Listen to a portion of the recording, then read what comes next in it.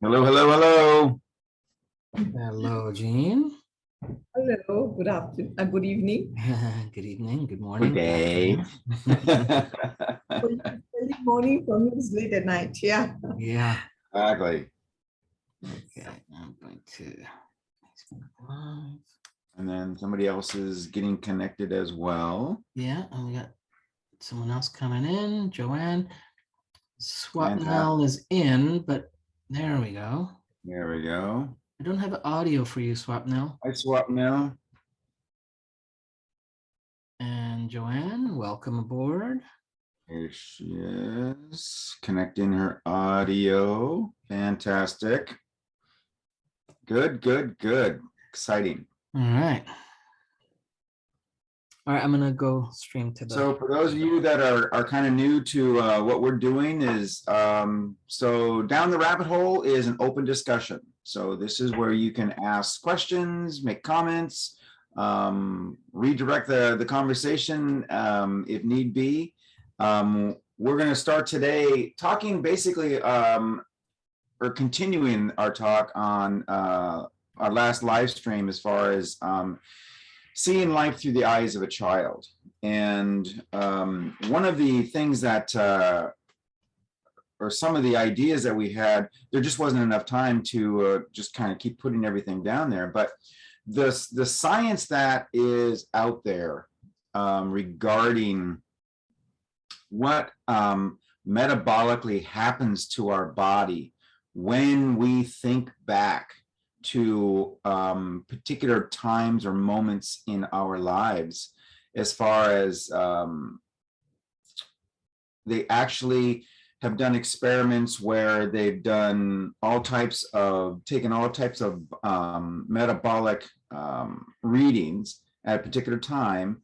And then for 2 weeks, they'll put people through basically kind of a time machine. So in other words, what they do is, hi Mary, what they will do is they took a group of senior citizens, I think between the age of 70 and 80, if I recall right. And they took all these readings from them at the very beginning, and then they put them in an environment that they grew up in. In other words, they would take this, they took like I'm not sure if it's like an apartment complex, and they converted this apartment complex to like the 1940s. And the furniture was from the 1940s, the pictures on the wall, the newspapers, the radio shows, possibly there was TV at that time. And so what they did was, and these people lived in that time frame as far as their environment. And they went back and forth, and they understood what was going on. I mean, this wasn't a trick. This was, they knew that they were in an experiment. And so they lived in this environment. They ate the food that they ate back at that time. So we're thinking that they were kind of like in their teens, or in a time frame was like around their teen years. And so they basically lived in this environment for a number of weeks. And every day they also had to check in and have their metabolic readings taken again. And what they found out by the end of this session, which went on for a few weeks, is that all of their metabolic readings actually got better. They actually got younger. The people had more energy. Their memories their memories worked better. I mean, every aspect of their physical body changed and started to revert back. And this is where, when we were talking in the live stream, is that, and Gary was talking about this, is that this is where you can tap into that state of mind to grab that energy from that time frame in your life. You can do this. I do this a lot with music. Okay, I'll listen to, and a lot of people do this, but they just don't even realize it. Oh, I just love this music. It just makes me feel so good. And what they're doing is they're remembering. And then their body is remembering. And they're going back and they're tapping into that energy they had at the time that they listened to it, along with the memories, because those memories that are connected to that music are very powerful as well. And this is the science. This is fact. This isn't just some grabbing out of the air. This is written down science. Gary, what do you think? Oh, he's still doing technical stuff. So the question I have, and I haven't discussed this with Gary, is I want to see if this particular process has ever been done to this extent with hypnosis, because Gary is a master hypnosis, and to see if that's something that is possible or feasible or has been done. I'm going to say, just from my research and studies, that it has been done and it can be done, but we're going to leave that up to him to answer that.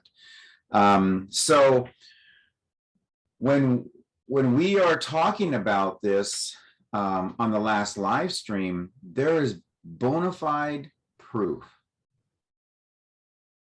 that we can not only just feel younger, but we can biologically be younger. Can you imagine? Yes. An example that I have is at the was it the last one?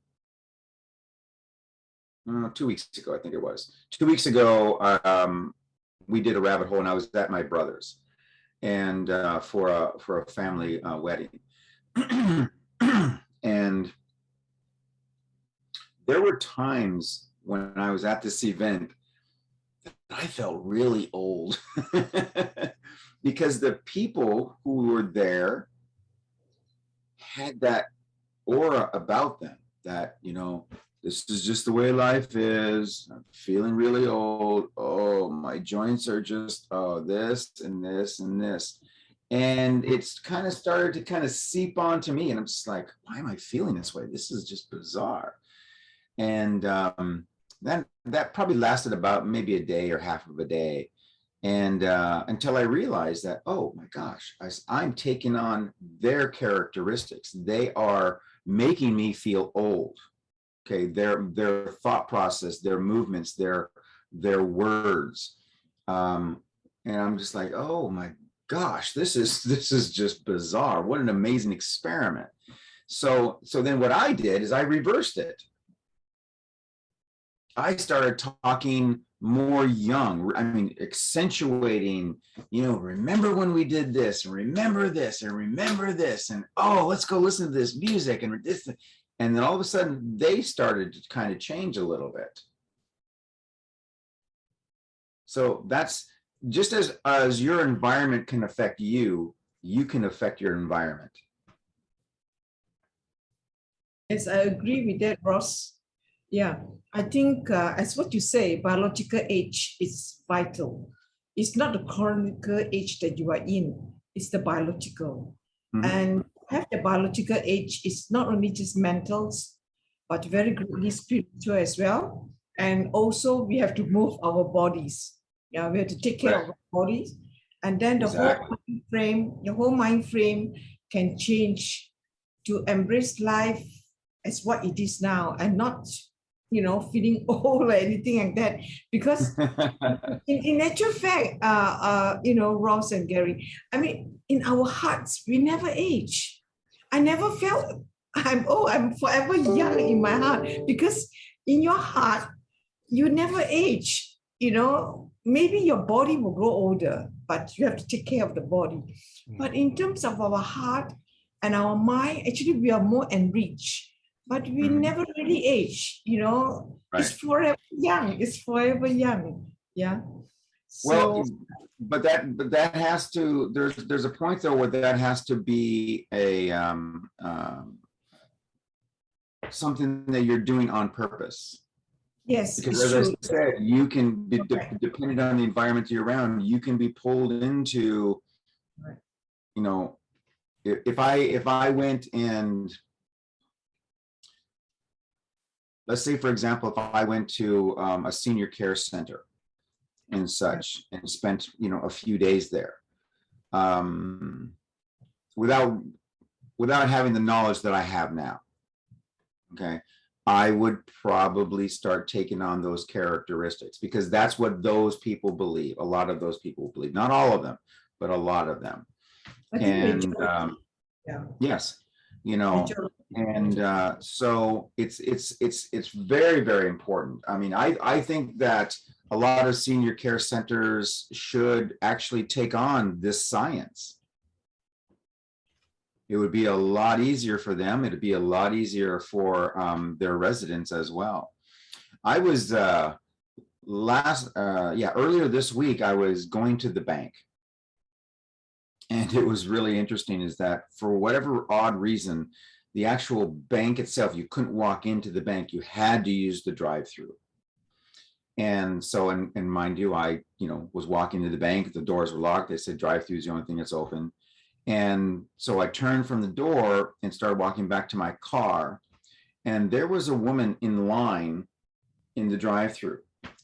And she was just singing and just having just a time of her life in her car.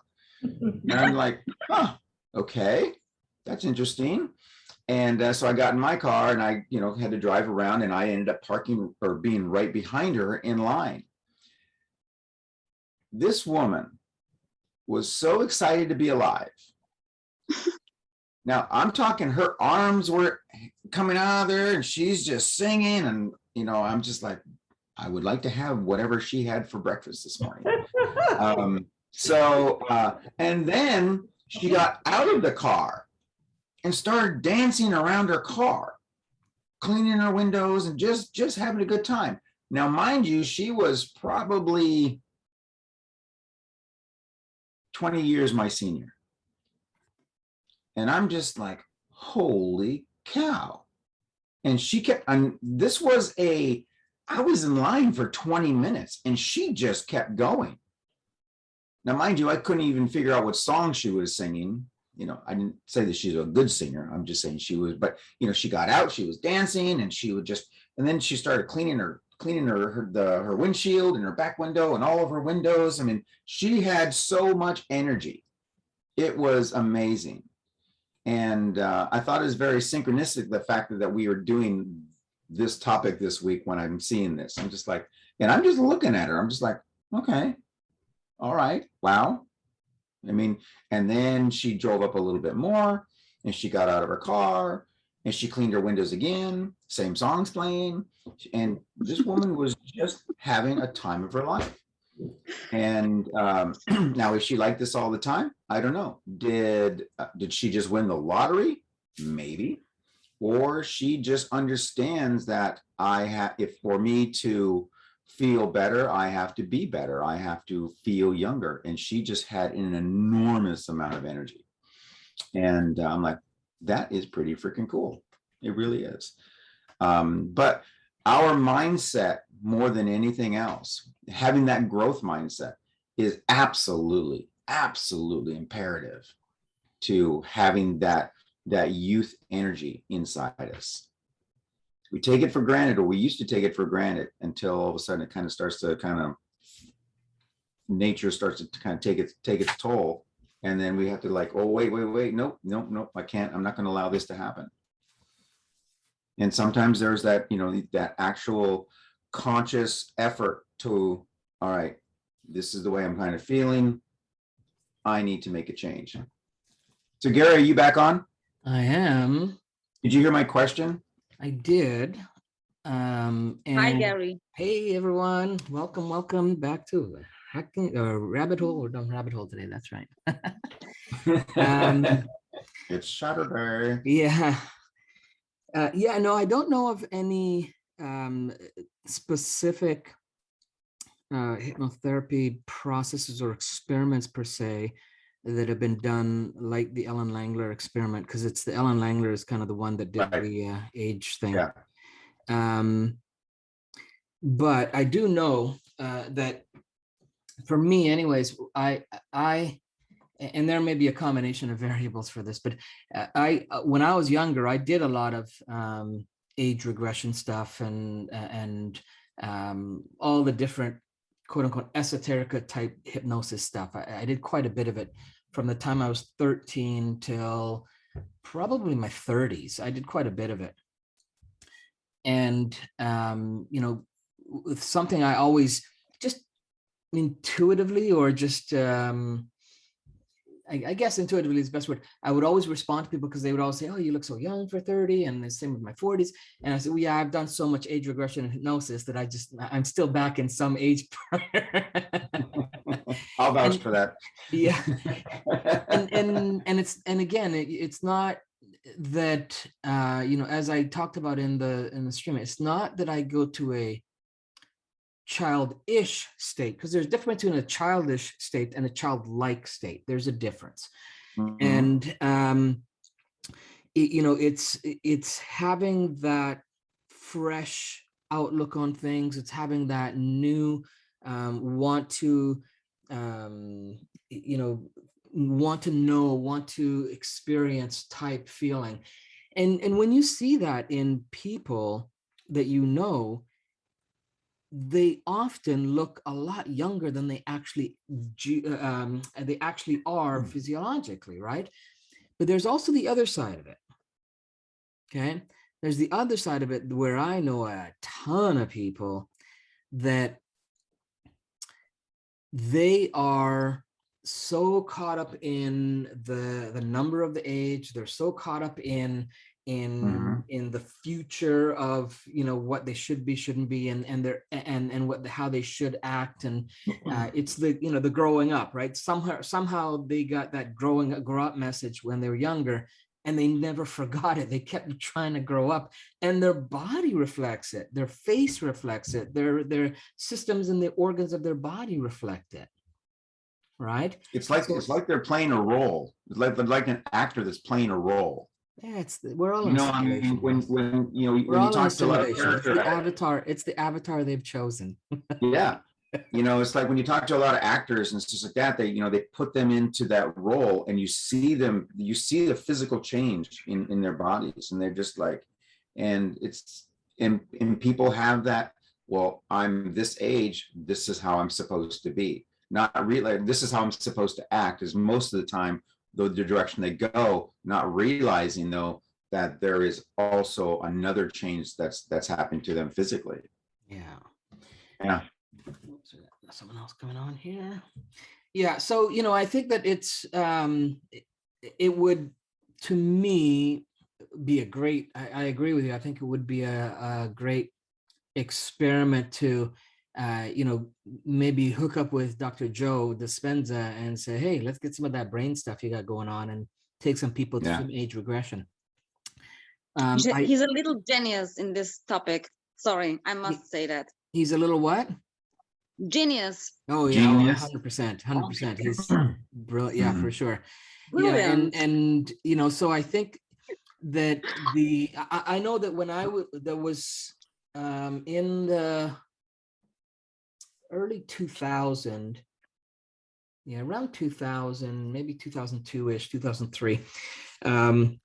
I got my certification in scientific hypnotherapy, which not a lot of people have on the planet, because it's a very, very unique hypnotherapy process where we would actually do something similar to what Dr. Joe's doing in his workshops, where in the hypnosis session, we would actually probe up an individual and watch their brainwave frequency and cycle on a screen while we took them through the different stages of hypnosis, and how their brain responded to certain words, how their brain responded to certain visualizations, and all the different suggestions. We would notice when there was a spike, when there was a drop, when there was a relax. We would notice all that stuff live, real time.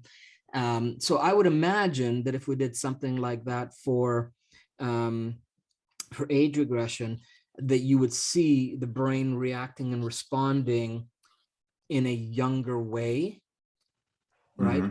And different from past life regression. I think, there's a difference, right? Past life is, it could be going back to someone who is older, but age regression, going back to a younger time, I would imagine that would be the scenario. The thing with the hypnosis, though, is that, remember, you're in trance for maximum 45 minutes before you slip into, you can sustain that, your brainwave frequency will sustain that maximum 45 minutes before it slips into the next cycle, which is sleep, right? So to sustain it beyond 45 minutes in the hypnotic state is challenging, especially for someone who's well trained in hypnosis for themselves.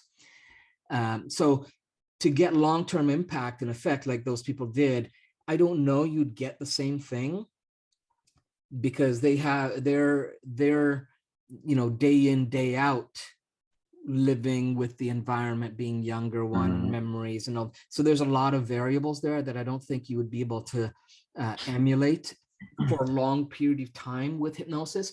If you did hypnosis on a regular basis, maybe with that particular experience, I think it would be a pretty cool experiment to do at some point. And I'll do some more research and see if there's anything that's close to that.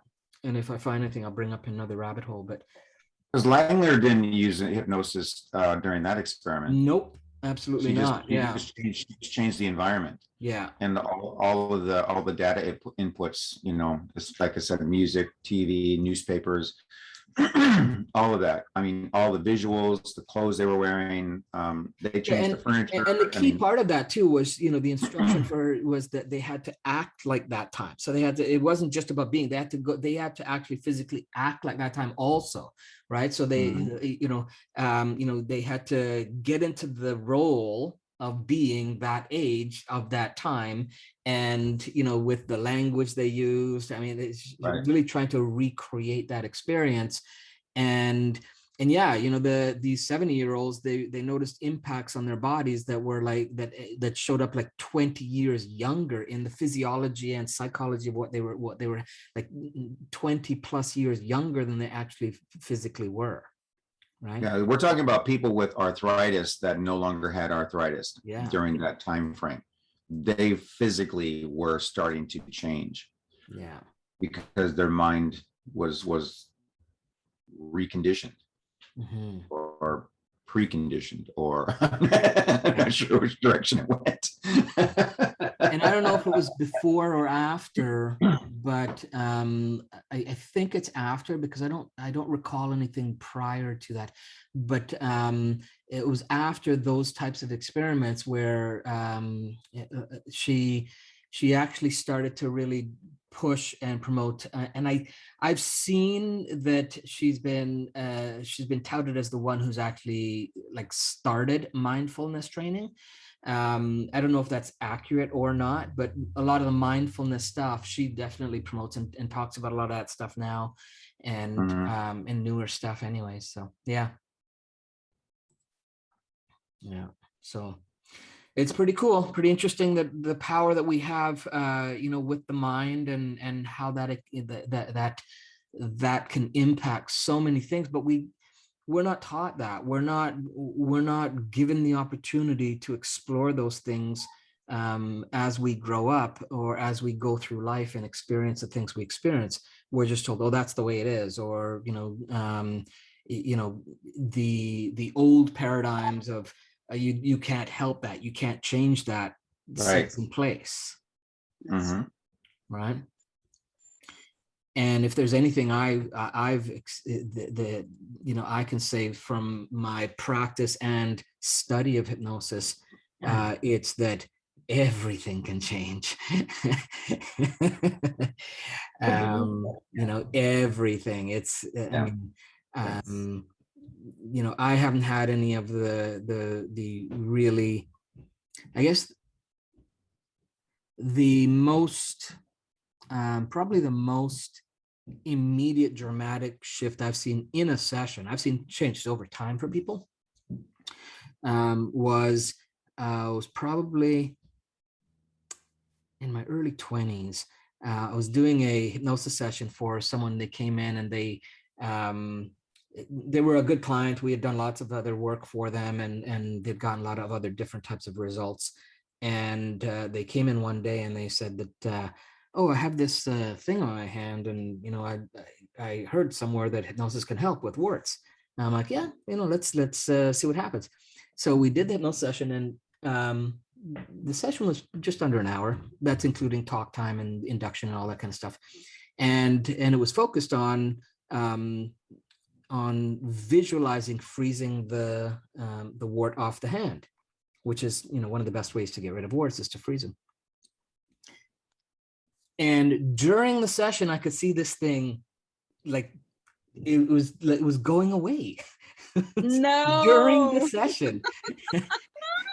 And it was like probably by the end of the session, it was about 80% gone from what it was when he first came in. Right.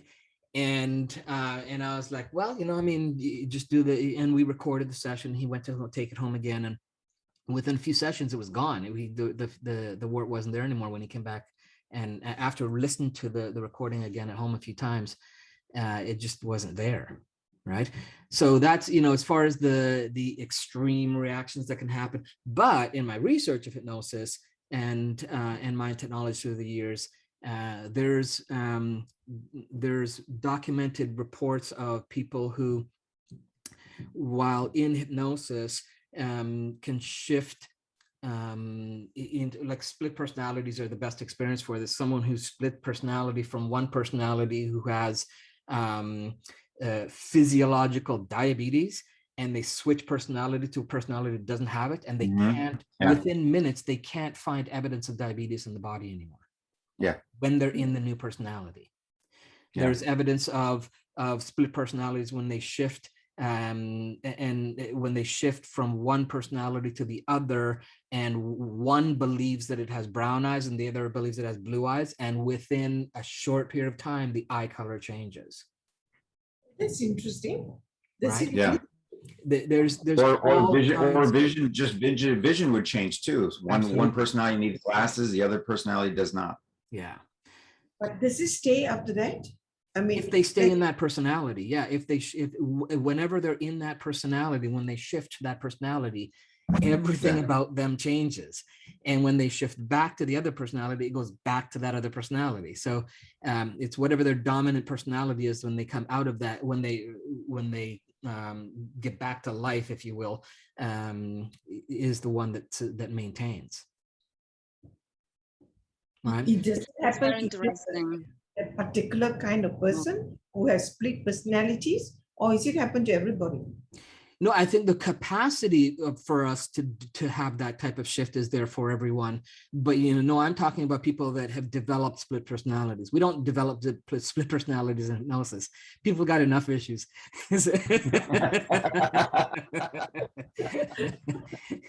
And if we did, it's that extreme shift.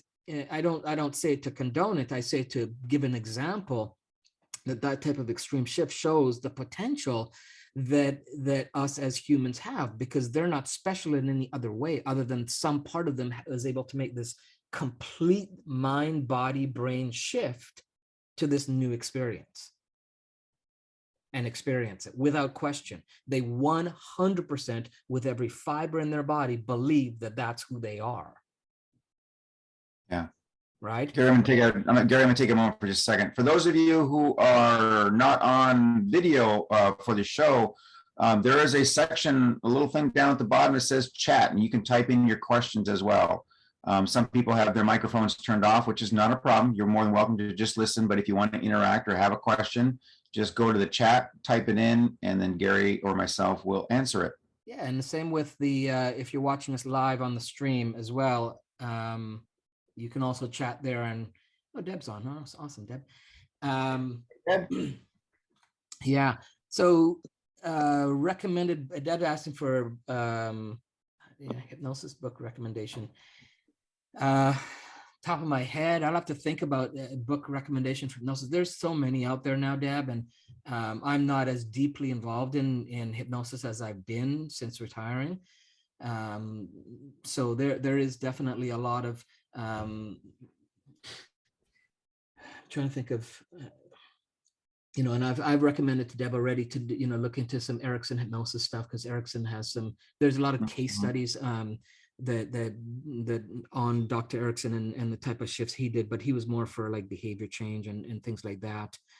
But yeah, there's different types of focus that hypnotherapists have, and there is all kinds of case studies. So I would look for case studies. You kind of hear this stuff. I'm trying to think, there's one that's coming to mind, but it's just not fresh, the actual title. Let me think about it. I might have it in my library down here. It might be in another library. So let me just check here. Let me just shift that. Yeah, well, Gary's checking. Ross, I feel that it is all a question of mindset change. Even if let's say some people don't have a happy childhood, some people have a happy childhood, so they can go back to the happy moment. But if some people don't have a happy childhood, it doesn't matter. It is what you feel now. It is what you want now. It is your mindset change, what you want to be and how you want to feel. So if you feel that you want to be happy and you want to feel ecstatic and to be spontaneous in whatever, to enjoy the moments and to make the moments happy, you can be that. It's just a question of your mindset and your heart. Your heart got to tune into it, and your mind tunes into it, and you are there. Correct. But you need to want to be there. You need to want to experience that. And when you want to, you can actually shift your mindset. It's just that, yeah, I mean that's the key ingredient. You have to want to do this. You have to want to. I mean, virtually everything we've talked about is a matter of you have to want to do it. yes, but you can't force somebody that. yeah, Correct. but Ross, many people, it's not a question of want. They don't know that they can want it. They don't That's know correct. that they could be it. So quite often it's because of the actual beliefs that we grow up with and the experiences that they go through.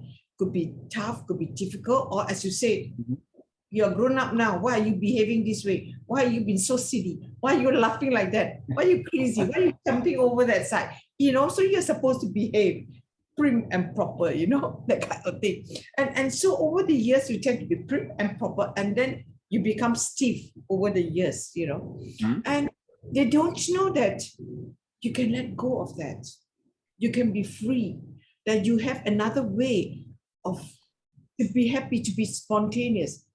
So many are actually not aware. So it's good that if, like your stream, more and more people know it, that it's within them. It's within every single human being on this earth to enjoy this flow, to enjoy this spontaneity, to enjoy this childlike feeling, Exactly.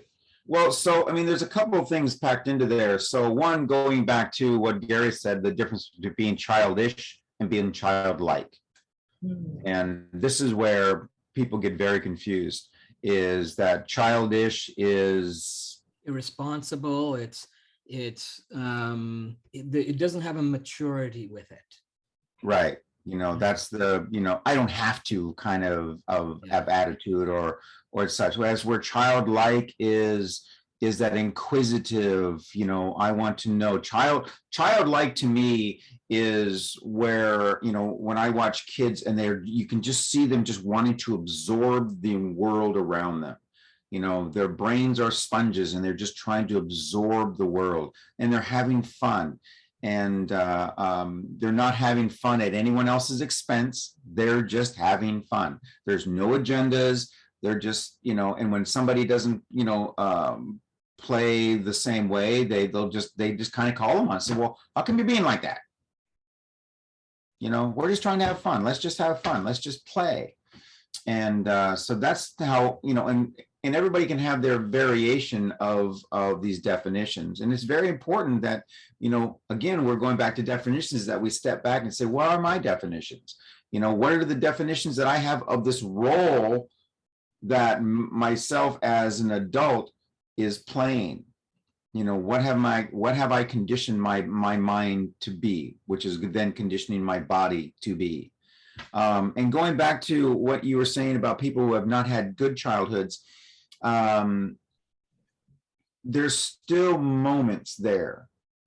You know, you're not going to, we're not saying relive your entire childhood.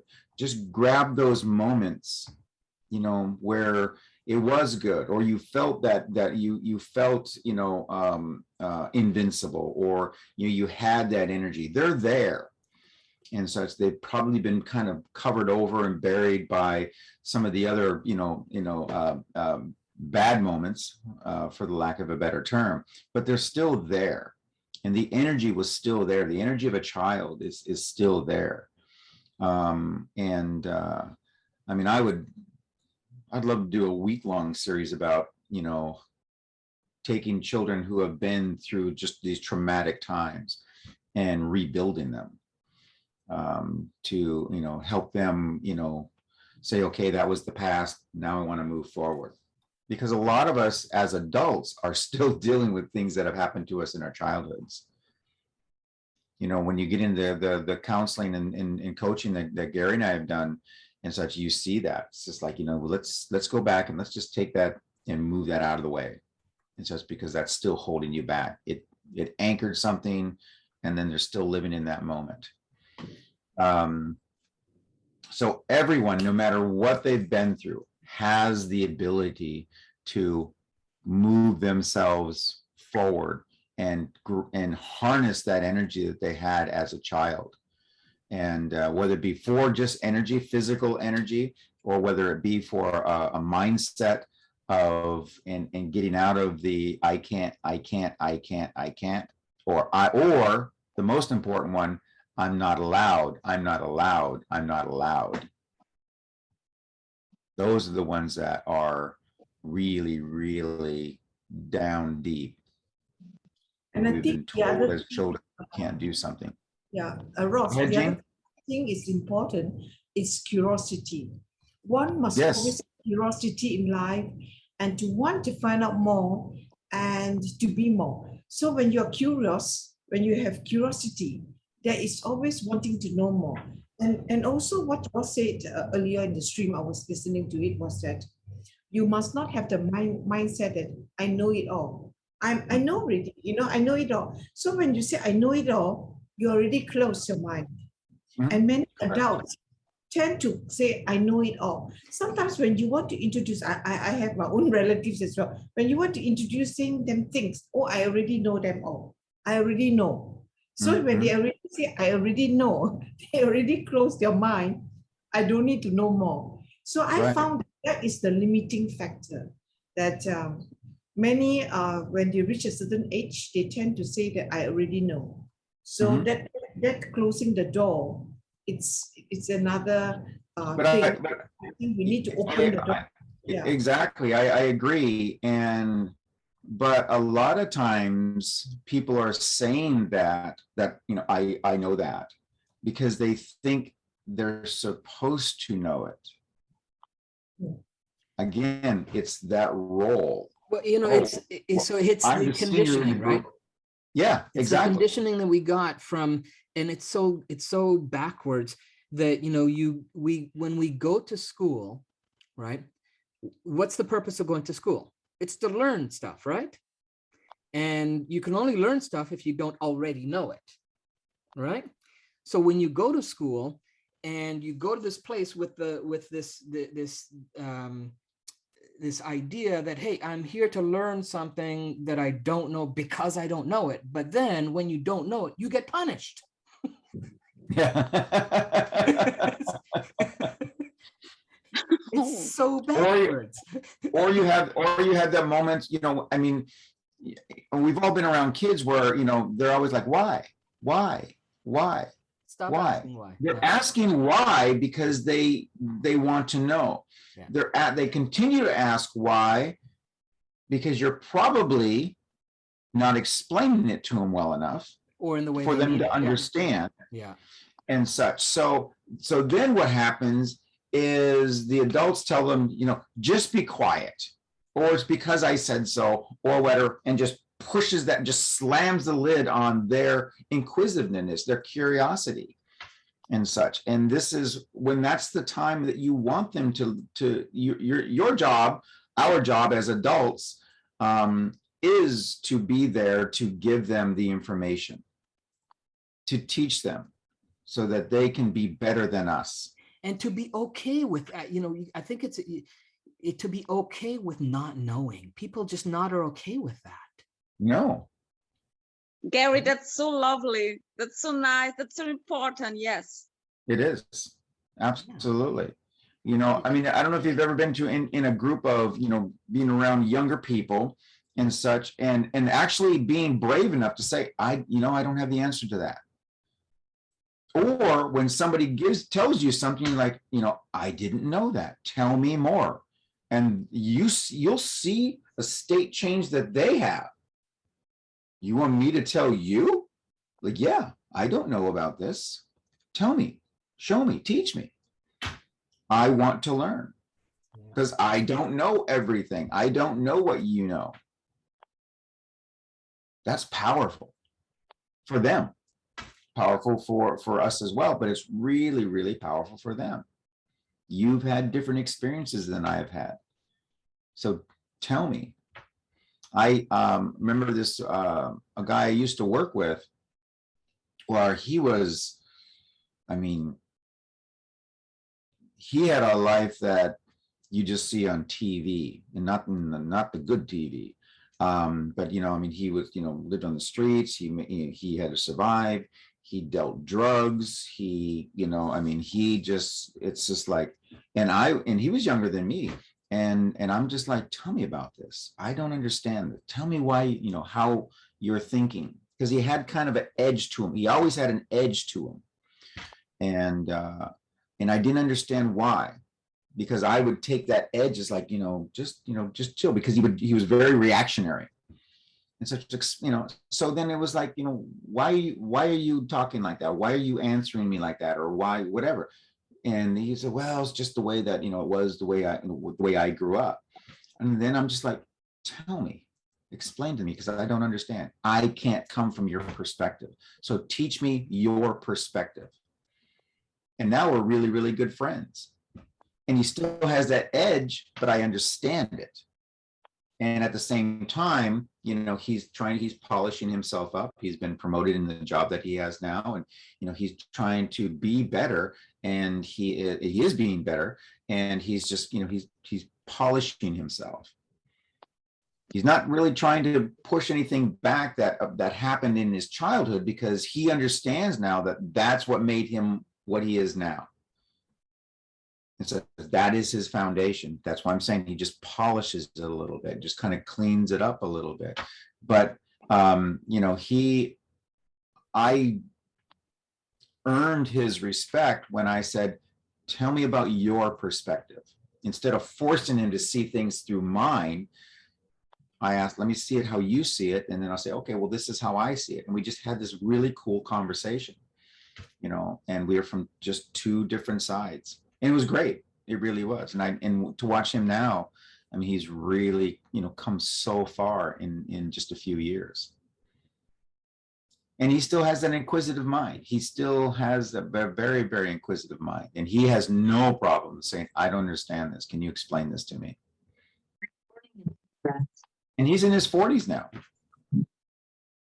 It's great. You know, and at no time will I ever say, are you kidding me? You don't know this? Seriously?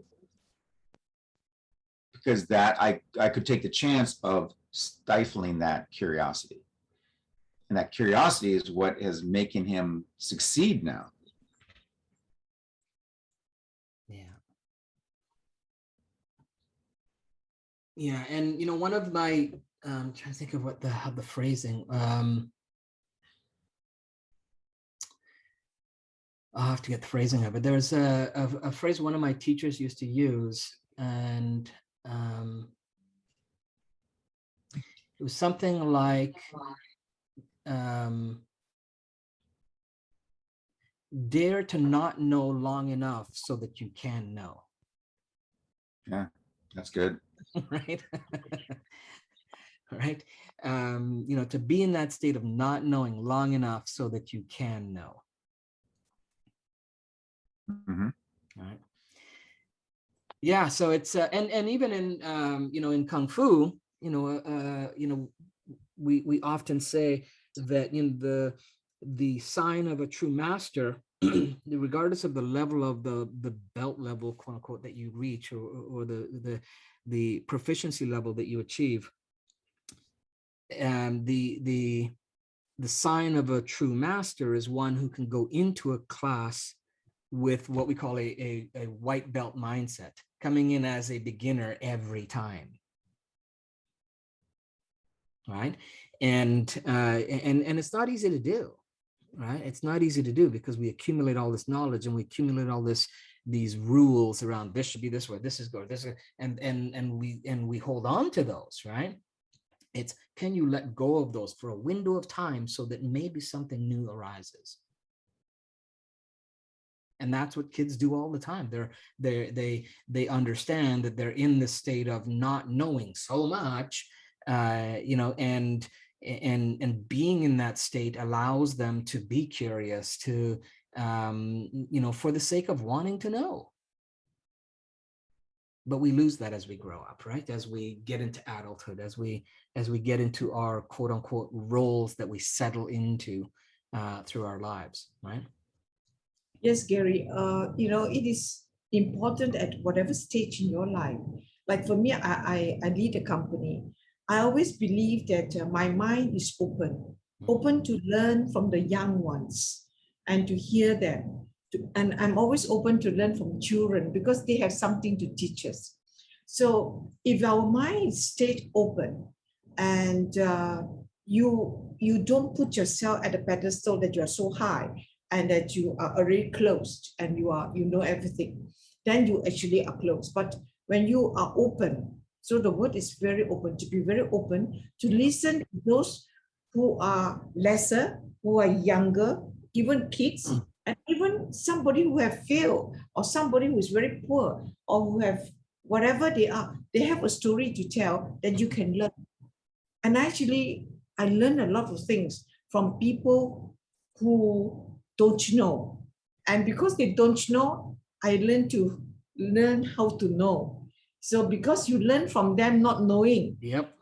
and so forth. So it is, I think that the other word that is important is open mind. Mm-hmm. Apart from curiosity, is to have a very open mind to listen to those from children. Even children have so much to teach us. I learned a lot of things from little babies and from children. You know, how they get so excited that when they're crawling and they open up a drawer, they're so happy. This is the drawer being open, you know, the curiosity of finding joy in something like that.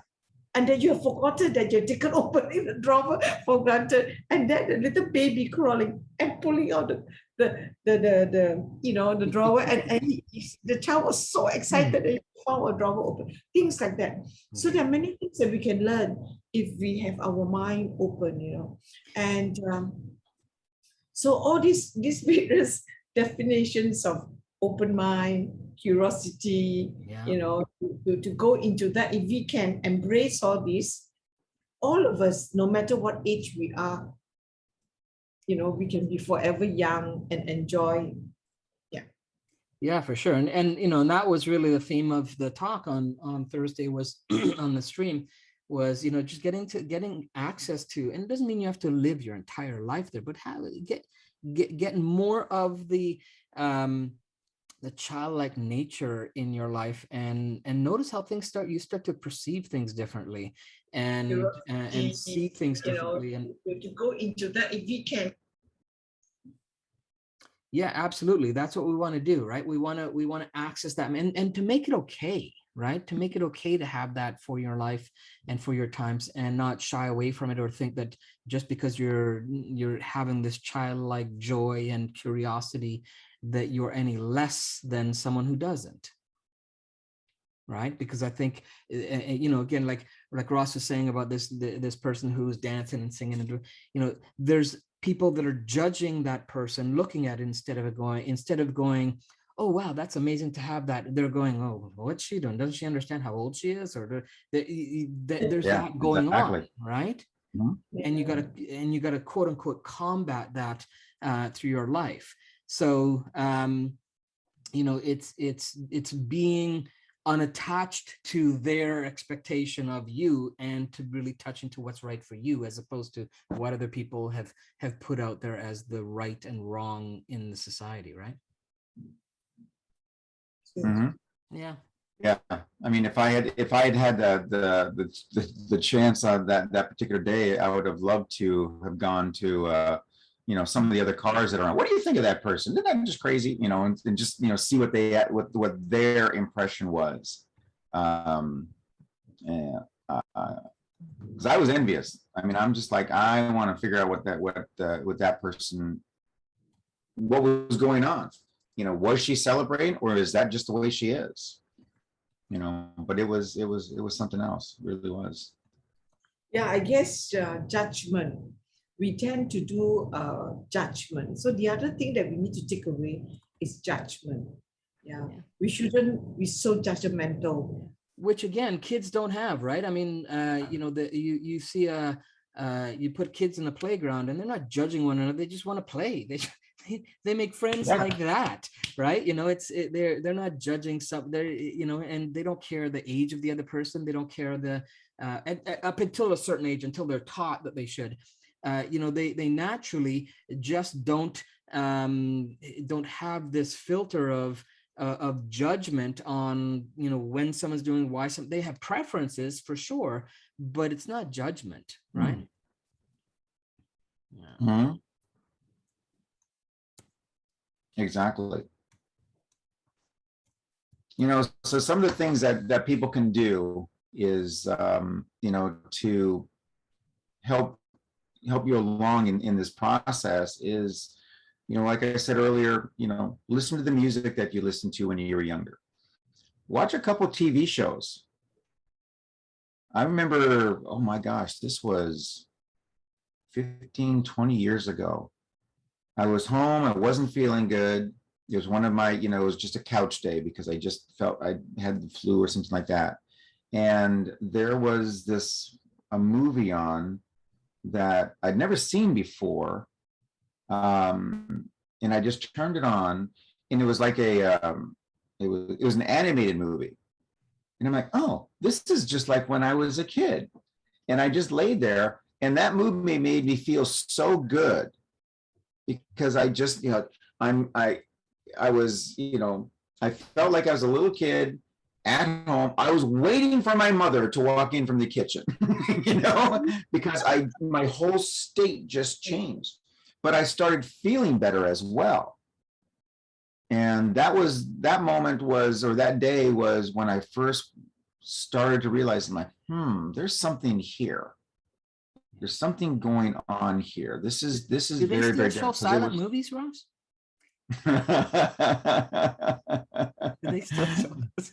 Where can I turn you off on this damn thing? But it was, but it was just this amazing state change that I wasn't ready for. And it was so unexpected, but it was like, I want more of this. And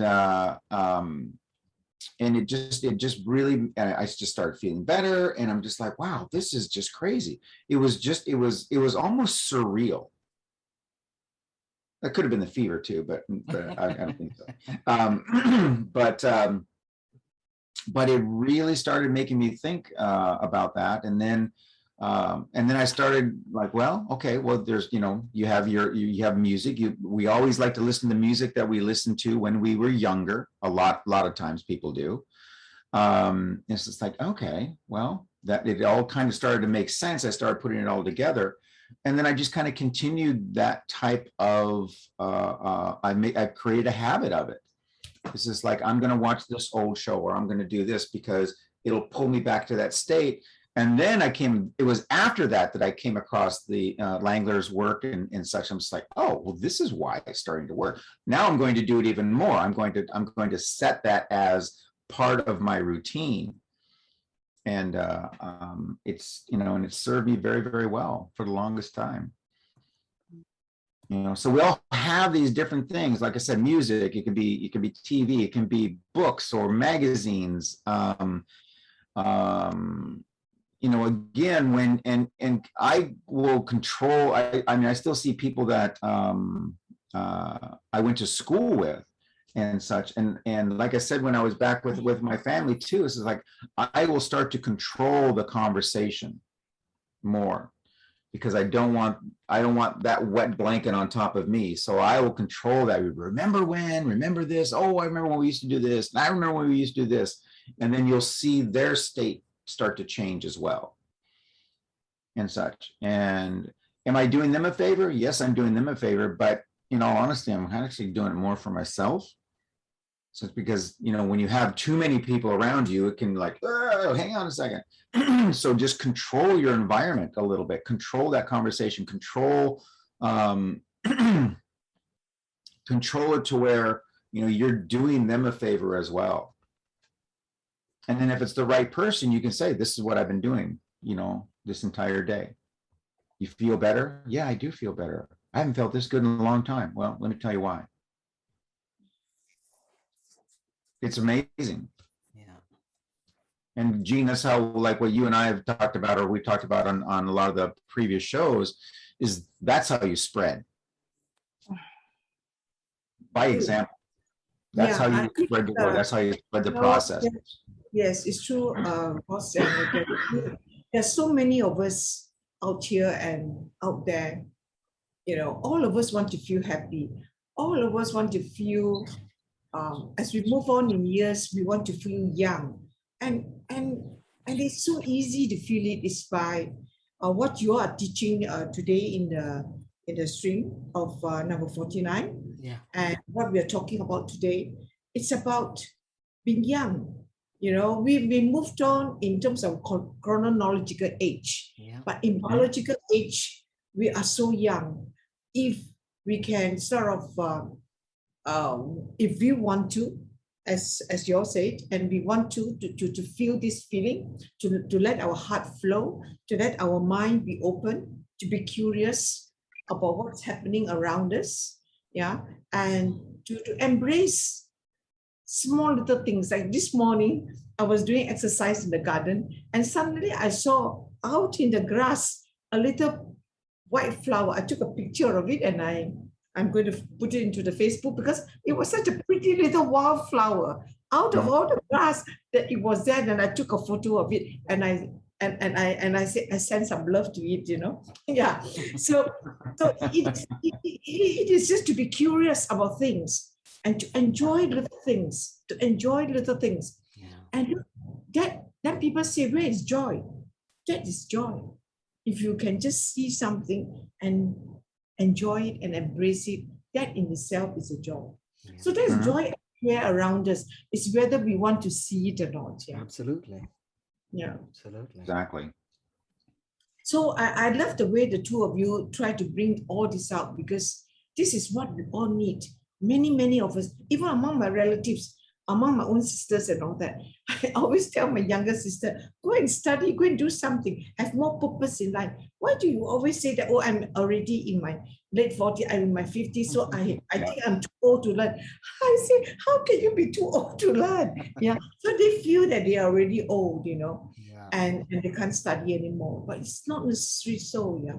So that is the blocks that we give to ourselves. So we need to open the door. That's right. And I think it's fantastic, Gary and Rose, every time you open the doors to so many of us, so that we can embrace being young, being happy. Yeah, and I think that's fantastic. Yeah, Maria, do you feel that? I think I'm gonna do I'm gonna do a post, I think, because I think Gary's definition, again, between childish and childlike is really, really important. And as we've said for the last year, it's all about what and how you're defining things. Going back to what is your definition of that, and asking people as well, when you're having a conversation with somebody. Okay, well, I'm not understanding. How do you define that? What does that mean to you? So that you're on the same page when you're having a discussion. Actually, I learned a lot. All been there. Yeah, Ross, I learned the two words is very important from both of you. Asking the right questions and what is the definition. Yep. I think these two, Very if powerful. those people who are here tonight, remember this, what Ross and Gary have shared. Ask right questions and what are your definitions. These two are so important and so powerful to the whole definition of our own life, of how we define what we want to be and so forth. These two is so important, really. I learned a lot of these two questions, Yeah. And then you can take that even further of saying, okay, well, this is my definition of this. All right, great. Where did that definition come from? Who gave you that definition? Because somebody passed it down to you somewhere in the past. Where did that definition come from? And is it the proper one? I mean, you can that definitions can be your own little personal rabbit hole where you just keep digging, trying to figure out where that came from. And I mean, and first of all, asking yourself, is this serving me? I mean, if we talk about the role or the definition that we have about growing old, okay? And, it's just like, well, is your definition really serving you? Because we're saying probably not. So is that serving you the way that you want it to serve? Do you have the energy? Do you have the agility? Do you have, the list goes on and on and on.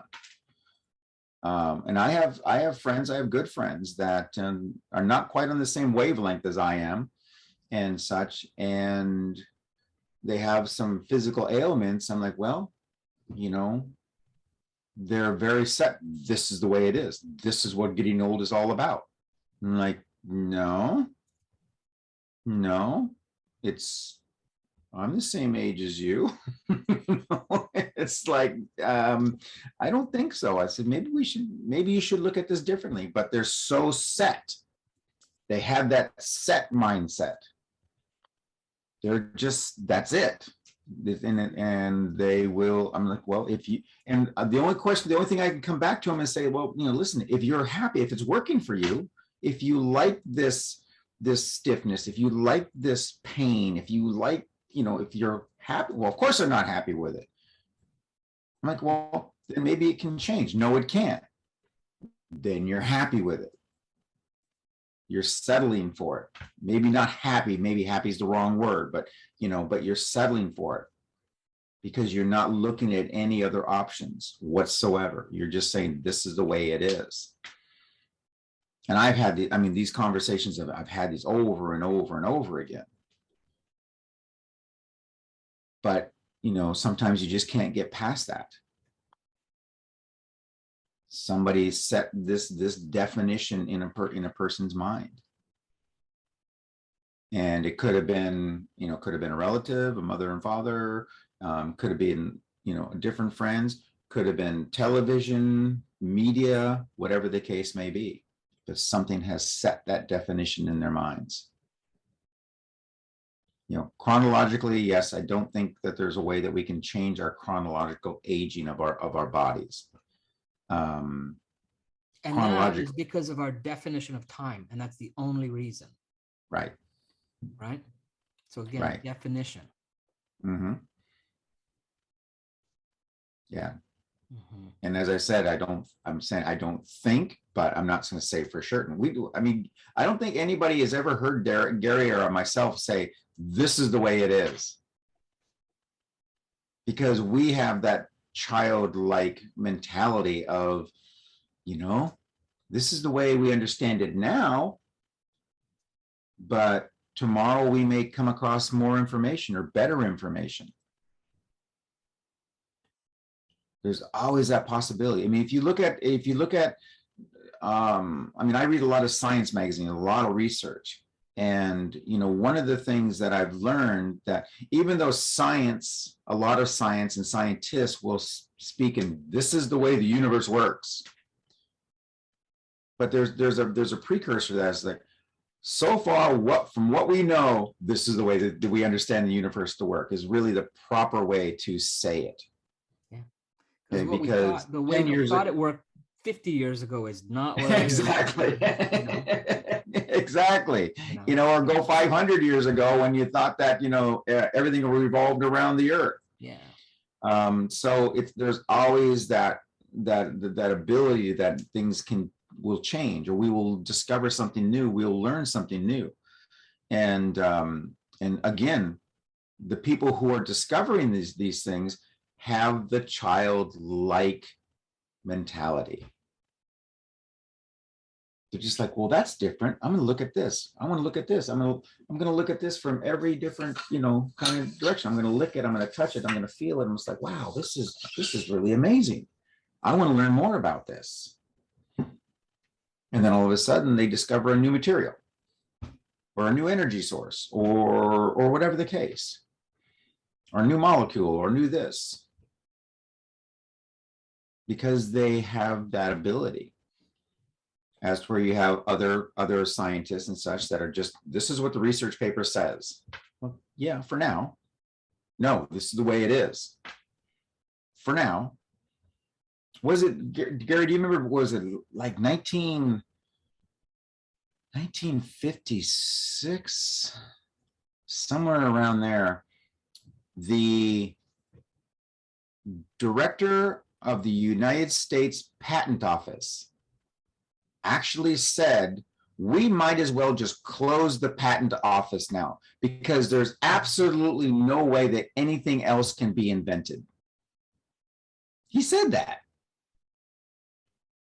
Yeah. Like that would, and seriously, that was 60 years ago.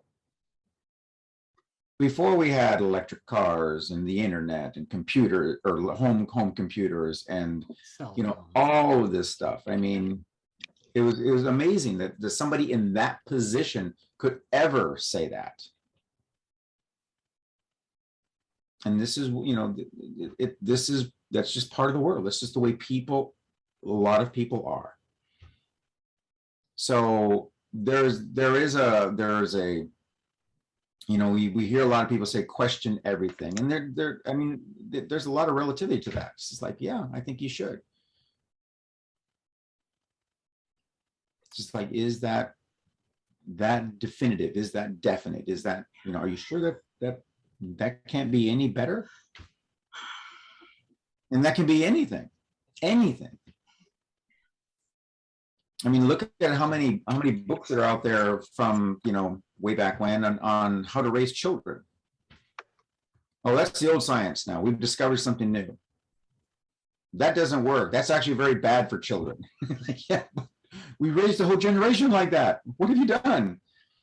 Because you thought that was it. Yeah.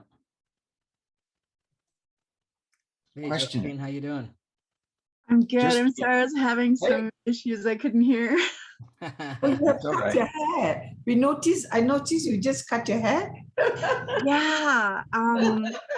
Going through some major changes. So in my culture, when you let go of past stuff, you cut your hair.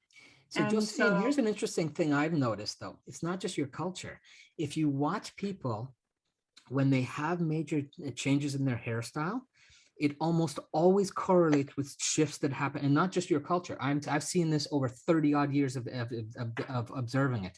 When they make major changes to their hairstyle, you can almost always correlate it to major shifts that are happening in their life at that time. Almost always. That's why Gary keeps his the way he does. He doesn't want anybody to know. Yeah. But when there is hair, then things are happening.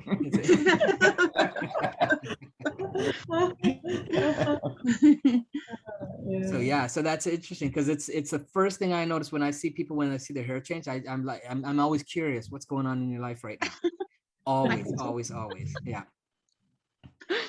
Yeah, some major changes, and adjustments as well, like through shifts and stuff. Like there was one day where it completely laid me out. Like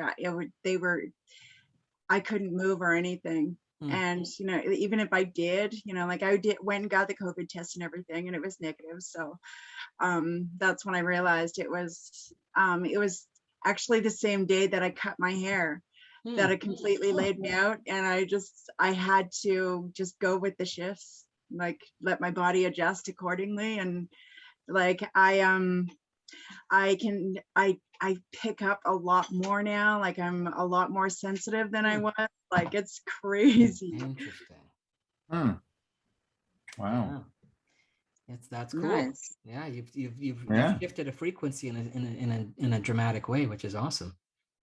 Yeah, like I could go without, you know, like the major discomfort part in my body, but you know, like it has to happen, right? Then For some it does, right? And some, that's how else would you know that that level of change occurred, right? And sometimes that's what we need. We needed to represent it in our physical body, that shift is happening, because that's a tangible way of knowing that stuff's happening, right? We can see it or feel it. It's tangible for one level of the mind to accept and acknowledge, and almost like a rite of passage, right? It's like you know, it's what you need to do to get to the next level. So are you going to deal with, or are you going to slip? Is it going to make you slip back into another into a previous vibration, right?